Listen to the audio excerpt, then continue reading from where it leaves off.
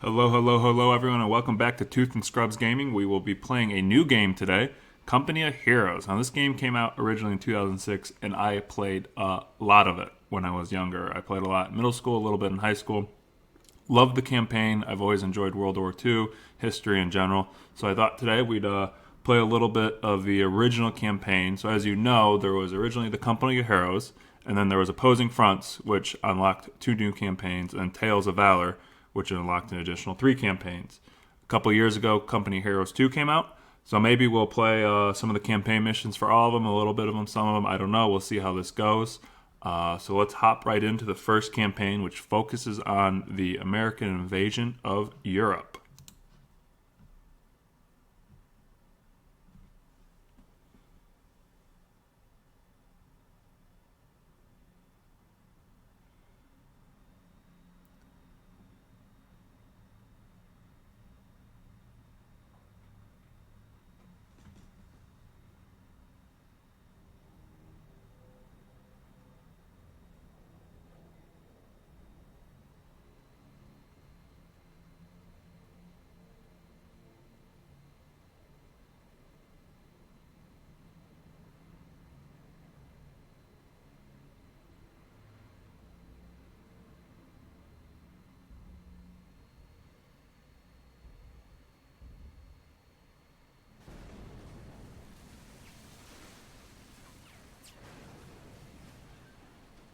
Listen up. The rendezvous point is the Shingle at the top of the beach. Use those defilades and keep moving. Do not stop until you reach the Shingle. Clear the boat! Go! Go! Go!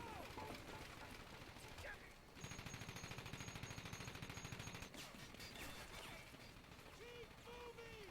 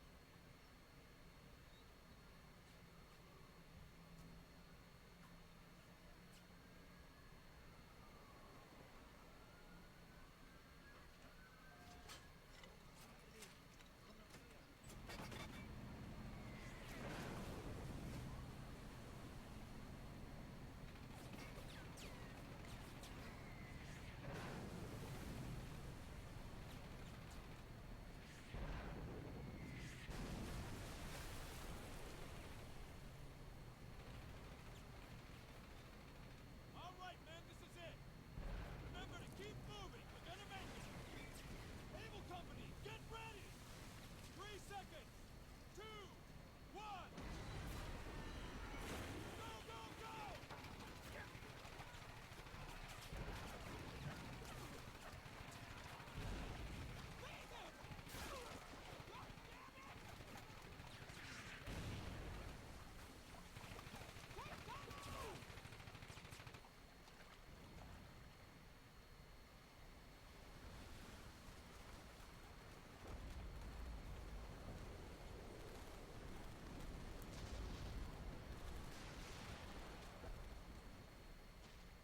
All right, so let's get going. So our first part of this mission is to get our troops up out of the water and into the safety of the Shingle. Now, like I said, I played a lot of this game when I was younger and loved the hell out of it. So let's get our boys into safety. You know, for being almost 15 years old now, the graphics are pretty good. And granted, I am playing at the ultra high setting. Let's get our sniper up there.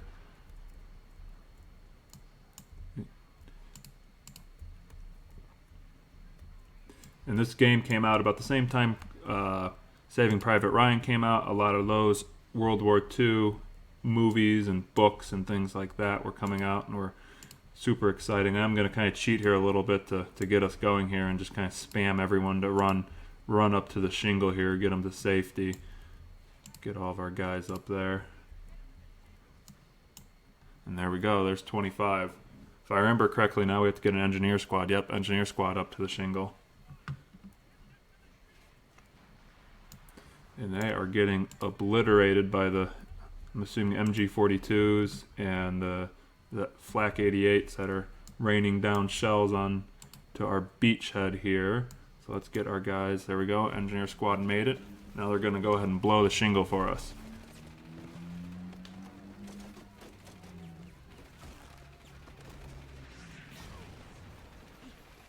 We gotta get off this beach! Gotta take out that bunker! MG42s, 2 of them! Engineers, blow the wire! Okay, give me that. All right, we're ready. Take cover! Fire in the hole! All right, well, let's get off this beach and take on Nazi Germany, huh? The one thing I really did like about this game, and this was probably one of my first RTS games I ever played, was just the fact that it was World War II centric. Like I said, I really enjoy history. So this was a big game for me. It's probably one of my first big release titles as a kid too.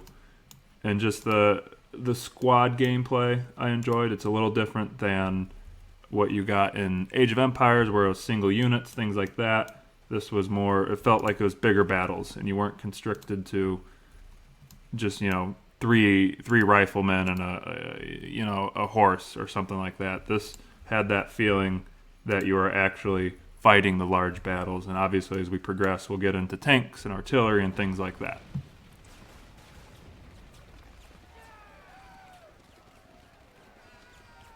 All right, so we took out the bunker and we're making our way up into the mainland. Ready? Yes, sir.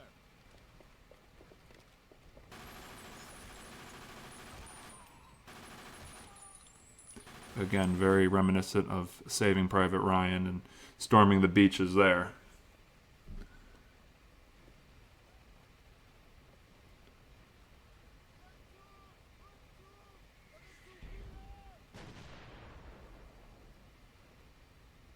We have to silence those 88s. Sergeant, round up your men. All right, listen up. First squad, prepare to move out.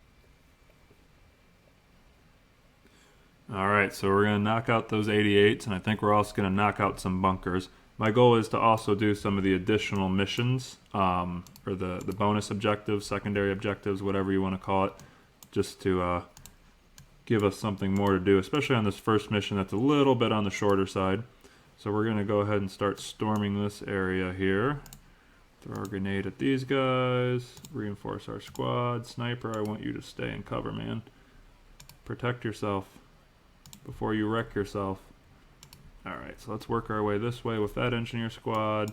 We're going to have you guys come here. You guys get into some better cover. You can also reinforce your squads, as you see. And we'll kind of go through as we progress more. The main resources is manpower, ammunition, and fuel. Obviously, since we don't have vehicles, we're not too worried about fuel right now. But as we progress, we'll need fuel to keep our tanks and jeeps and whatnot running and building them, not necessarily running them. Alright, so sniper can move up here. I'm going to have the engineer squad swing around and destroy this bunker. And then you guys can keep progressing up here. And then this squad, actually I'm going to take this squad to the left so they can start knocking out this. And we need to open the second causeway, Dog 2 I think is what they call it. And we blew up that bunker, so that will no longer spawn troops. So we've got to destroy 5 bunkers, and that was one of them. And we just knocked out that 88, so I'm going to have this squad keep pushing forward. I'll have them capture it, because then we can reinforce the other squad once we get our population caps too high. Have them knock out that machine gun squad. So this, as you can see, squads can also be pinned. When they're pinned, they can't really fight well. They don't move well. They can also be partially pinned, and that'll flash yellow instead of red. And if it's yellow, they can do a little bit of fighting, but not as much as if they aren't pinned. You'll notice that when I click on the ground or next to the shield, there can be a green plus, which means they're in pretty good cover. There can be a yellow plus, which means they're in okay cover. And then there could be no plus, which means they're in obviously no cover. So let's keep advancing. We'll have this engineer squad go up and blow that bunker there. How are we doing over here? We are knocking out some German squads. These guys are still pinned. I want this 88 to fire on the machine gun nest. There it goes. Looks like we knocked that one guy out. Let's zoom in and get a little bit more detail. Again, the game's almost 15 years old, and I'm playing it at high quality. It has some pretty good detail. You know, you get the machine gun firing there, the radio in the background. So they put a lot of effort into making sure we can see the rifle squads with different men, and it's not just all copy and paste. So we're going to advance this squad up. And it looks like we can now advance this squad up as well because that machine gun's no longer firing on them. Did you see where it flashed yellow there for a second? There we go. And we got the secondary objective and we got the infantryman badge. So we're going to have these squads push their way up along the left flank and start clearing things out for us. So let's have them get down in the trenches. The engineering squad blew up that bunker, so that's good. And we're going to have this squad get up here and start taking this gun out. And we'll have the engineering squad follow up behind them. My sniper still alive. Let's have him move up there. Provide us some fire, cover fire. You can see those 88s are still hitting our troops pretty hard, so we need to knock them out here pretty quickly. Keep reinforcing our squads. I'm going to have the engineer squad push back because there's two bunkers back here that we'll need to knock out. Yep, there's one of the bunkers, so let's get them to blow that one for us.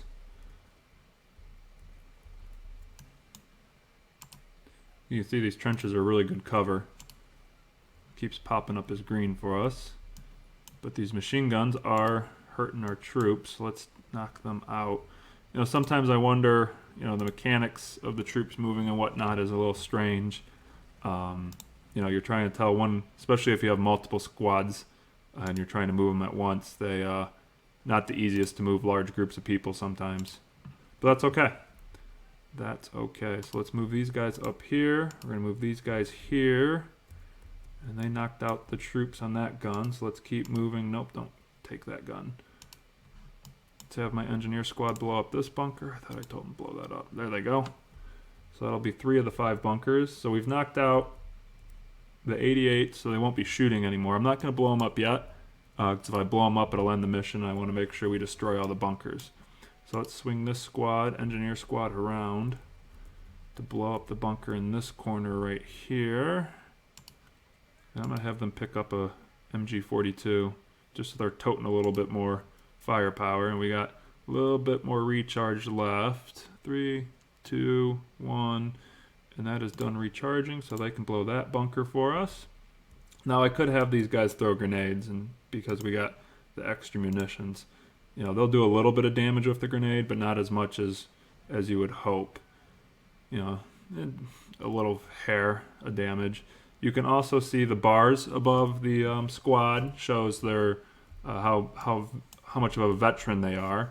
Higher veteran squads do more damage, take less incoming damage, and are just overall better. So it makes sense, obviously not in this playthrough. Normally there's a retreat button to retreat a squad that is in a pickle than it is to let it die. Because if you can save those veteran points, they will do, like I said, do more damage, take less damage, and are just overall better. So the grenades will do a little bit of damage to the 88s, so we can start to throw grenades at those. We've destroyed all the bunkers, so that's good. So it won't spawn any more troops. So now we just got to finish off these bunkers with our engineers and their satchels. But we'll finish that here in a second. You guys can come over here and throw a grenade there. How long until that satchel's done? All right, throw a satchel at that. Have you guys back up. You guys back up. All right, only one more 88 left to go, so let's bring our engineer squad over and blow it up, and that will be the mission.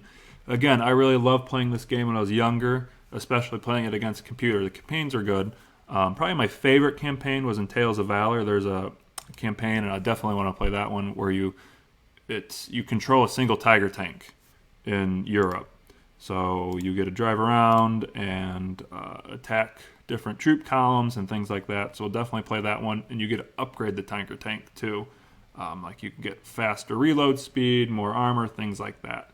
So that is the first mission for the original Company of Heroes game. Thank you for coming and watching. We'll let this go.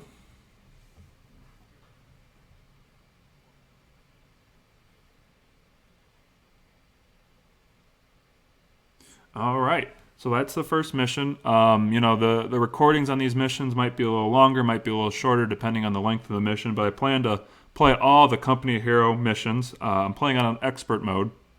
And again, this game came out in 2006, so it's older. But certainly check it out, or at least check out the second Company of Heroes if you're interested in a World War II RTS. Thank you so much for stopping by, and we'll see you next time.